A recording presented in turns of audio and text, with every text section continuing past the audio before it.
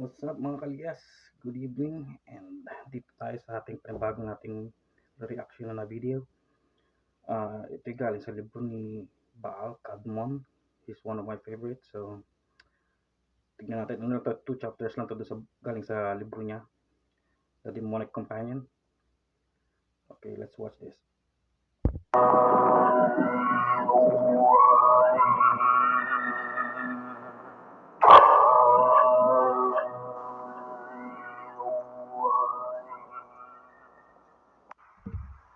Hello, I am Baal Kadmon, and I would like to thank you for listening or watching this podcast. Today I'm going to read you 2 very short chapters from my book, The Daemonic Companion, Creating Daemonic Entities to Do Your Will.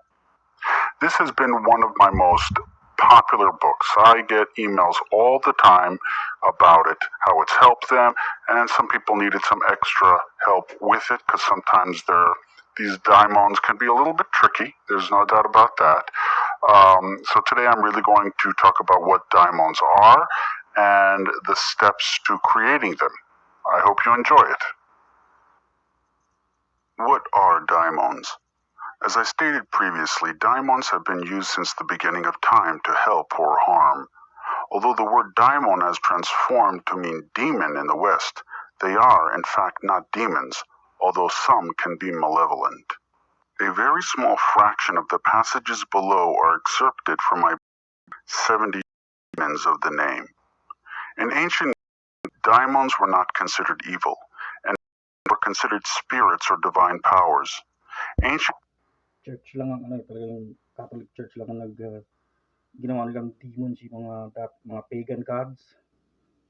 Ginawa nilang dinimonize sila. So doon nagsimula ang history ng demons. Usually it's what's nung unang panahon ng tawag ng Daemon. Ginawa nilang demon. Greece thought them spirits of inspiration and goodness, as in the Greek word eudaimonia, which means good spiritness or happiness, as it is often translated. In light of this, it is hard to believe that this word would so transform to mean something evil in the Western tradition. Daimons became demons once Christianity became popular in Rome. As you may know, the Christian belief, which was derived from the Jewish one, that pagan idols and statues of any kind were presentations of evil, especially those of ancient gods. That is because the Romans and the Greeks believed that daimons inhabited those statues. As Robin Lane Fox puts it, like pagans, Christians still sensed and saw the gods and their power, and as something they had to assume lay behind it. By an easy traditional shift of opinion, they turned these pagan daimones into malevolent demons, the troop of Satan. Far into the Byzantine period, Christians eyed their city's old pagan statuary as a seat of the demon's presence. It was no longer beautiful, it was infested. Robin Lane Fox, Pagans and Christians, 1989, page 137. In the Greek translation of the Bible called the Septuagint, the word daimon first became associated with evil because it was associated with the gods of the ancient Semitic religions.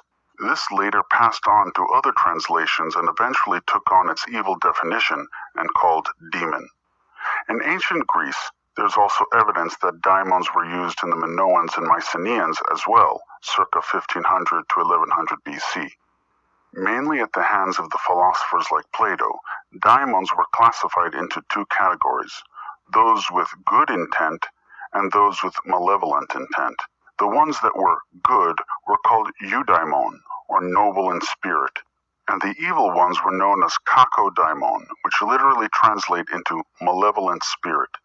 As I stated above, they aren't technically angels or demons in the proper sense. However, they can be loosely associated to the West's conceptions of angels and demons. Angels and demons are the only real comparison that can be made. The Western traditions don't really have daimons in the way that the ancient Greeks viewed them to be. I think a better comparison would be the jinn of Arabic. They are genies, for lack of a better term. It is these 2 classes of daimon we will be most interested in. In the next 2 chapters, I will briefly explain the differences between the eudaimon and the kakodaimon. The steps to creating a daimon. In order to tap into the powers of these daimons, we need to follow a few very simple steps.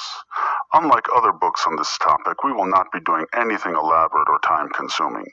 These energies are spiritual and are not subject to human temperaments. It is silly to assume that we need to cast circles and point to the various directions in order to summon them. Do you really think a circle of salt with a few names of God are going to contain these energies? It won't. Most rituals are used to anchor the mind, but they do nothing to the spirits. In the sessions that will follow, we will create daimons for the subjugation of your enemies, the binding of people to your will, and to create storms, as well as protection, riches, and love. You can create a single daimon if you like, but I will separate it out for the sake of ease and understanding. As a side note, you will only need to do these rituals once. Here are the steps. 1. Light the incense and the candles. 2. State out loud or in silence the intent of the daimon you will be creating. 3. Place the offer of meat, egg, or flowers on the altar, in the center preferably. 4. Say the specific prayer I will itemize for each session. 5. Sit quiet and allow the daimon to show itself in your mind or perhaps in front of you. 6. Give it a name or let it give you its name. 7. Tell the daimon to do what you created it to do.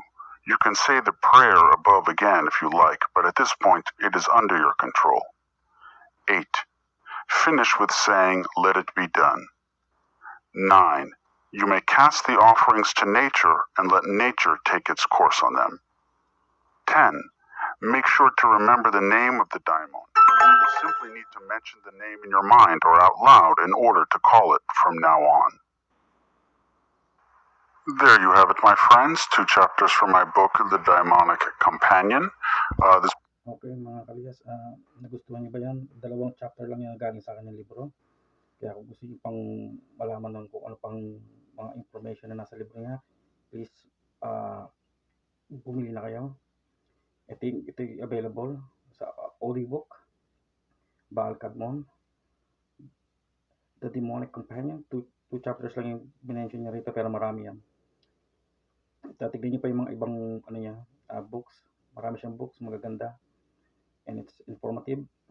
But disclaimer lang po, hindi ko sinasabi na totoo or hindi ko sinasabi na hindi totoo yung nagre-reaction lang po tayo sa video niya. At yun na po. Panoorin niyo na lang ako sa next video. Thank you.